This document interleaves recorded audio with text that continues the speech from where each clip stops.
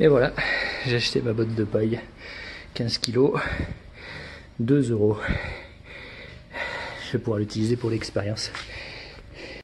Les champignons, pour emballer les champignons, je vais choisir ces sacs plastiques poubelles parce qu'ils sont opaques, qui sont petits et qui sont résistants. Bon, en gros, voilà l'idée. Je vais utiliser ce truc là qui sert à faire des conserves stérilisées. J'avais acheté. Parce qu'en fait, il a une jauge qui permet de mettre la température qu'on veut pour la stérilisation. Donc je vais pouvoir l'utiliser et le mettre donc sur 75 comme me préconise le truc.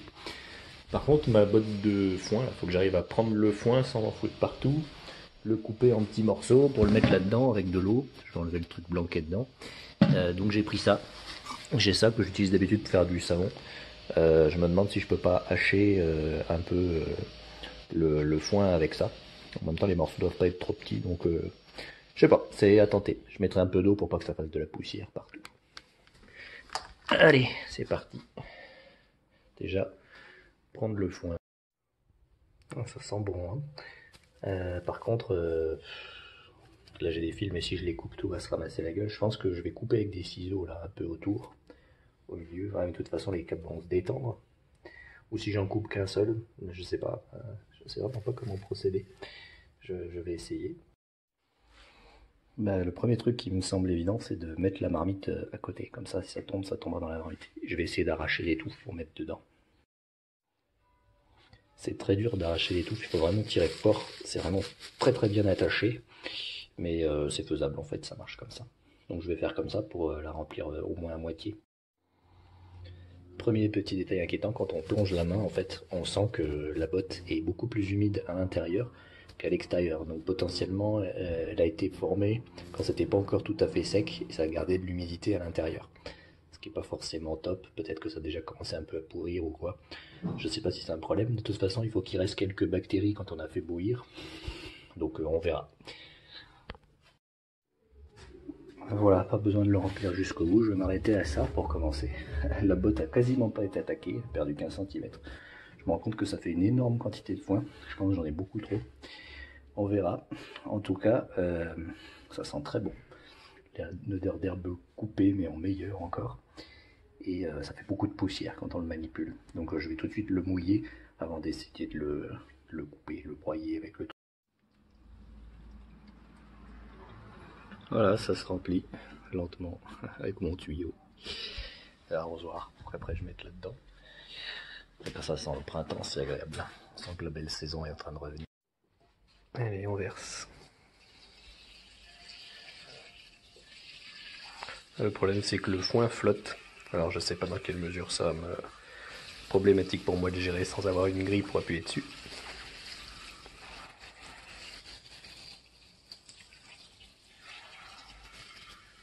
Bien appuyé dessus, maintenant je vais tester ce machin.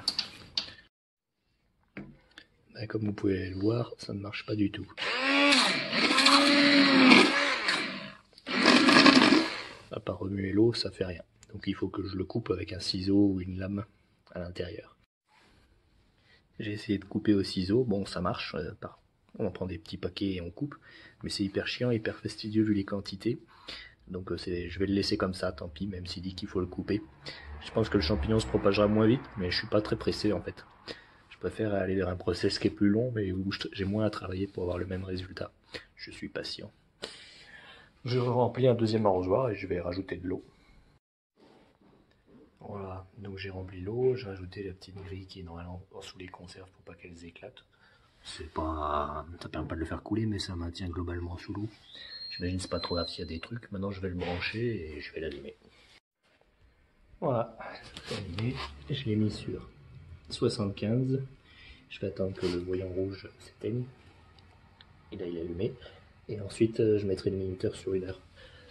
Ce qui m'embête, c'est que quand il fera 75 au fond de la marmite, il fera pas 75 en haut de la marmite. Il faudrait que je brasse avec un bâton, plutôt que de mettre cette grille et juste attendre. Donc il faut que je me prenne un bâton, un bout de bois, et que je brasse dedans. Mais là pour le moment ça sert à rien de se presser, il n'a même pas atteint en bas la température.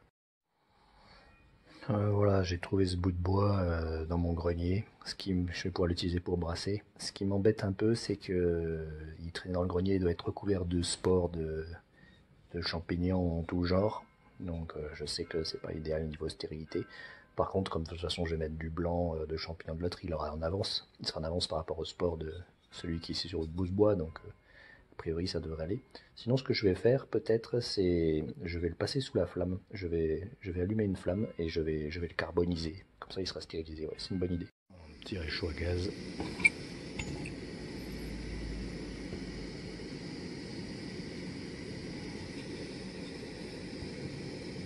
Ah mais j'aime pas de mon côté, celui-là il aggrave.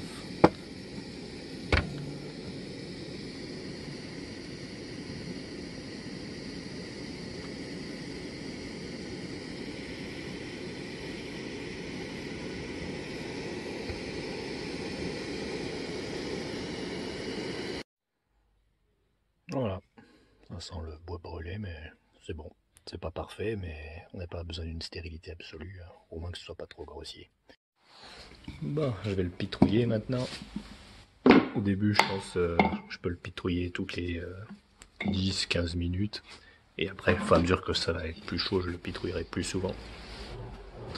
Je pense pas besoin de remuer, hein, il suffit de le pousser un peu comme ça, puis pour que ça circule. Là, je peux mettre la main dedans. L'eau est tiède pour le moment.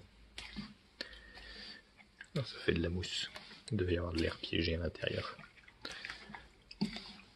Alors on n'est pas obligé de le faire chauffer à 75 degrés, comme ils disent sur le site. Il y a d'autres méthodes, et notamment le mettre dans un bidon pendant 1 ou 2 semaines. Je crois que c'est comme ça qu'ils font en Allemagne, pour faire fermenter en fait la paille. Et après seulement inoculer les champignons. Bon, moi j'ai choisi la méthode du site, parce que c'est plus accessible pour moi. J'ai pas tellement de gros bidons où je pourrais tout mettre. Mais c'est vrai que pour des plus grosses quantités, c'est peut-être plus intéressant de le faire avec des bidons, et puis ça économise de l'énergie. Je vais pas remettre le truc blanc parce qu'après ça sera trop chaud pour le retirer, ce sera trop compliqué. Par contre je vais remettre le couvercle à chaque fois. Voilà. À dans 15 minutes. Bon, ça commence à faire un bruit un petit peu bizarre. Comme si ça bouillait, même un peu de fumée qui sort. On va le pitrouiller.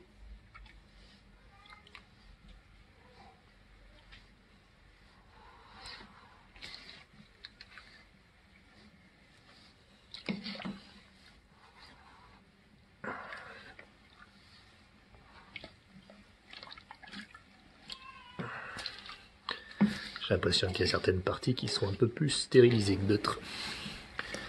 On verra. Ah, ça sent un peu l'infusion.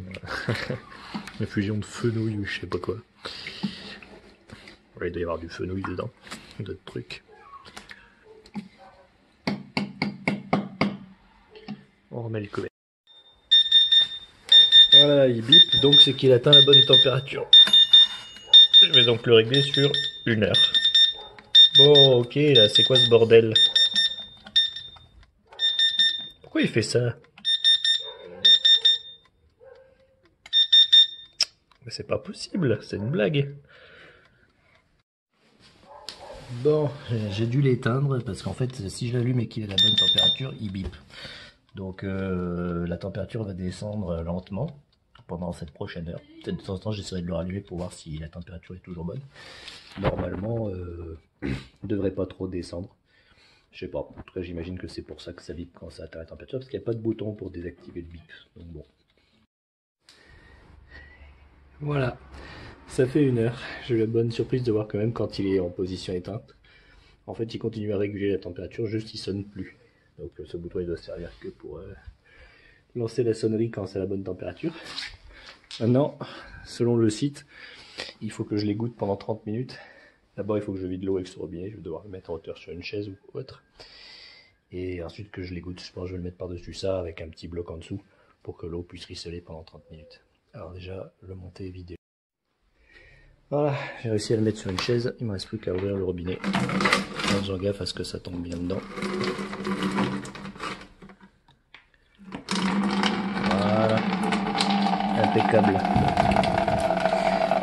La couleur est intéressante. Je me demande si ce jus a une valeur comme engrais ou autre. Alors on a un arrosoir plein et maintenant on remplit un seau. Je me retrouve donc avec un arrosoir et un seau pas tout à fait plein de décoction de foin. Et maintenant il faut que j'arrive à les goûter. Et franchement, je sais pas du tout comment je vais faire.